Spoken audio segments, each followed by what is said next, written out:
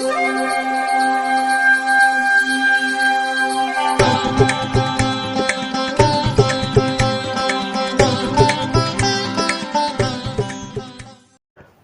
வசந்த காலம் YouTube channel வாயிலாக ஜோதிடர் சண்முகப்பிரியன், சென்னை அடையாறிலிருந்து மாத ராசி பலன், இந்த சோபகிருது ஆண்டில் வரக்கூடிய மாத ராசி பலன், தை மாதத்திற்கான பலாபலன்.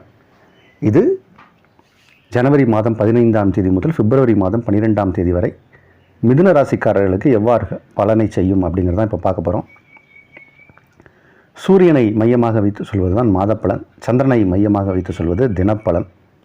இப்போ சூரியன் தனுசிலிருந்து மகரத்துக்கு வந்துட்டார். அதுதான் மாதப்பிறப்பு.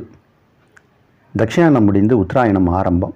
இதுதான் தை மாதத்துடைய முக்கியமான விஷயங்கள். தை அமாவாசை ரொம்ப சிறப்பு, இதில் தைப்பூசம் சிறப்பு.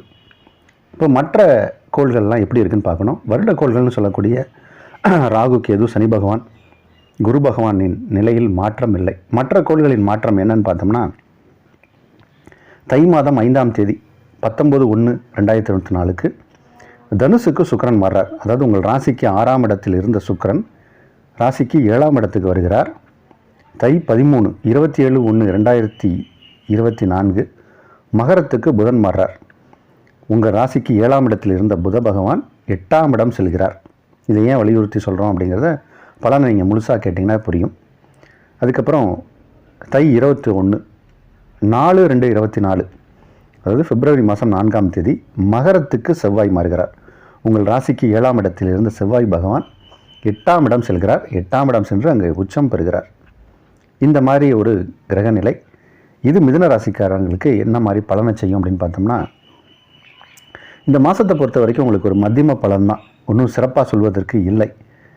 காரணம் என்ன அப்படின்னா, சூரிய பகவான் 7ஆம் இடம் இருந்து 8ஆம் இடம் வரார். 3ஆம் இடத்திற்கு அதிபதி, உங்கள் ராசிக்கு 3க்குடைய கிரகம் தான் சூரியன். 3க்குரிய கிரகம் 8ஆம் இடம் வர்றதுனால எந்த பெரிய பாதிப்பும் இல்லை. ஆனால் மற்ற கிரகங்களுடைய நிலை என்னன்னு பார்க்கணும். உங்கள் ராசி அதிபதி புதன், அவரும் கூடவே 8ஆம் இடம் வந்துடுறார். அதுக்கு பிறகு பிப்ரவரி மாதம் 4ஆம் தேதி செவ்வாய் பகவான் 8ஆம் இடம் அங்கே உச்சம் பெறுகிறார். இந்த செவ்வாய் என்கிற கிரகம் உங்களுக்கு கெடுதலை செய்யக்கூடிய ஒரு கிரகம். 6க்குடைய கிரகம். கடன், ருணம், ரோகம், சத்ரு, வம்பு இந்த மாதிரியான விஷயங்களை அதிகப்படுத்திடும். நோயை அதிகப்படுத்தும். கடன் வாங்கும் எண்ணத்தை ஏற்படுத்தும். கடன் உபாதைகளை கொடுக்கும். இது வரைக்கும் கேட்காத கடன்லாம் இப்போ கேட்டு உங்களை தொந்தரவு பண்ணுவாங்க, நச்சு எடுப்பாங்க. இப்போ இந்த மாதிரி கடன் தொந்தரவுகளில் மாட்டிப்பாங்க. சில தேவையில்லாத விஷயங்களில் மூக்க நுழைச்சி சில கேஸ் இந்த மாதிரி ஏதாவது இருக்குன்னா, அதாவது வழக்குகளில் மாட்டிப்பாங்க. வழக்குகள்லேருந்து வெளியே வர முடியாமல் இருப்பாங்க, தப்பிக்க முடியாமல் இருப்பாங்க. இந்த மாதிரியான விஷயங்கள்லாம் இந்த மாதம் நடக்கும். அதுவும் இல்லாத சூரியனோட மறுபடியும் போய் இந்த செவ்வாய் பகவான் இணைகிறார் 8ஆம் இடத்துல. அதனால் கொஞ்சம் இது ஒரு மத்தியமான பலன் தான். சரி, ஏதாவது நல்ல விஷயங்கள் இருக்கா அப்படின்னா, சுக்கிரன் 7ஆம் இடம் வரார். நம்ம இதை தினப்பலன் சொல்லும்போது சொல்லுவோம், கோச்சாரத்தில் சுக்கிரன் 7ஆம் இடம் வந்தால் அது நன்மை. தடைப்பட்ட திருமணங்கள், இது வரைக்கும் திருமணத்துக்கு வரன்னு பார்த்துக்கிட்டே இருக்கோங்க, முடியவே மாட்டேங்குது அப்படின்னா, அது ஆணாக இருந்தாலும் சரி பெண்ணாக இருந்தாலும் சரி, தடைப்பட்ட திருமணம் இப்போ கைகூடும். திருமண முயற்சிகள் எல்லாமே வெற்றி அடையும். திருமண சார்ந்த விஷயங்கள், ஏதாவது கணவன் மனைவிக்குள்ளே சண்டை சச்சரவாக பிரிவு இருந்தாலும் கூட இப்போ சேர்ந்துருவாங்க இந்த மாதம். இந்த ஒரு விஷயம் மட்டும் இந்த மாதத்தில் ப்ளஸ். திருமண வயதில் இருப்பவர்களுக்கு யோகங்கள் உண்டு. கோச்சாரத்தில் சுக்கிரன் 7ஆம் இடம் வந்தால் திருமண யோகம் உண்டு. பிறவி ஜாதகத்தில் லக்னத்துக்கு 7 சுக்கிரன் இருந்தால் அது தோஷம். அதை புரிஞ்சுக்கணும். சுக்கிரன் பிறவி ஜாதகத்தில் 7 இருந்தால் தோஷம். கோச்சாரத்தில் சுக்கிரன் 7ஆம் இடத்துக்கு வரும்போது தான் கல்யாணம் நடக்கும்.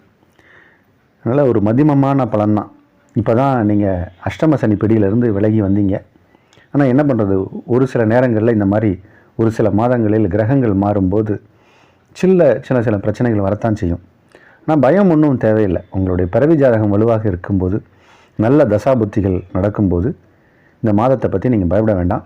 இந்த மாதத்தில் வரக்கூடிய தைப்பூசம், அதுக்கப்புறம் தை அமாவாசை, இதற்கான வழிபாடுகளை செய்யுங்க. நல்ல சிறப்பான மாதமாக இருக்கும். வாழ்க வளமுடன்.